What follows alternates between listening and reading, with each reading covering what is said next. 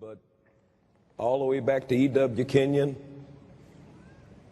Kenneth Hagin, even Kenneth Copeland, and even in my lifetime, every man of God that tried to show you who you really were, all hell tried to break loose against him, because it's the only thing the devil has that he can stop you.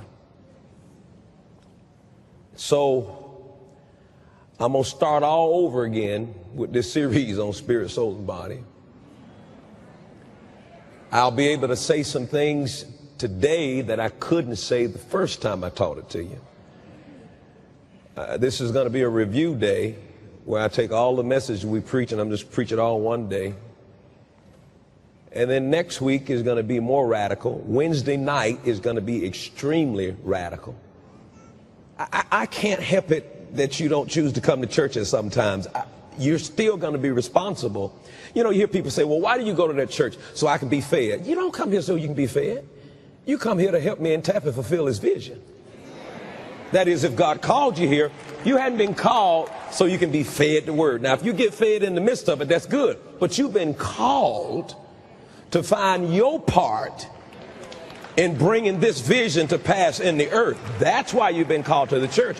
You haven't been called here, so I came here so I can get fed the word. Isn't it so interesting how we come to church out of our own self? You didn't come here so you can get fed the word. Now, if you can get some word while you're here, that's good too. But you came here because each of you have a piece and a part that you play in bringing this vision to pass.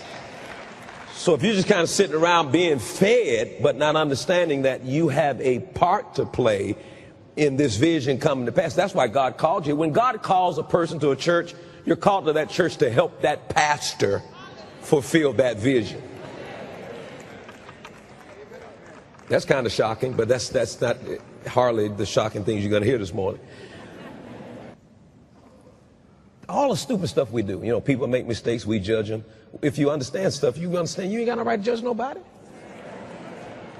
Because the same person you judging, if they got born again, gonna see you in heaven. What puts you on top of somebody because your performance is better than somebody else's? What makes you think? But religion's taught you that. Religion's taught you that. Religion's taught you to look at a Christian, look at their mistakes, and then compare what they've done compared to what you do. And religion's taught you to measure sin the wrong way. God looks at all sin as the same. We don't. We look at adultery, murder, fornication as greater. We look at those as greater than not reading your Bible, not loving like you ought to love. But God doesn't do that.